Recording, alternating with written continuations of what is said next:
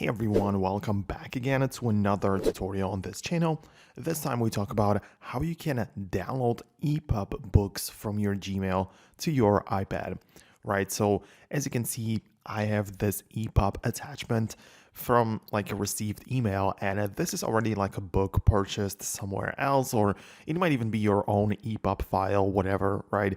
And if you just click on it, obviously you cannot really look through it as it's not really supported as a basic text file. But what you can do is make sure you open it up like this so you have it on full screen, and then you can click on the share button. And from the share selected like options, you need to find the Apple Books, which for me is not currently available right now, right? Or at least in the main options. So I need to scroll all the way to the right and tap on more.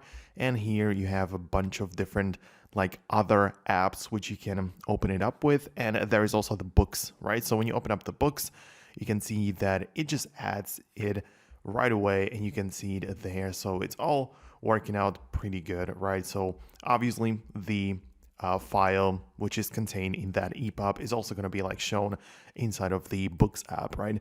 Of course, you might not have the Books app downloaded, or you might have deleted it from your iPad.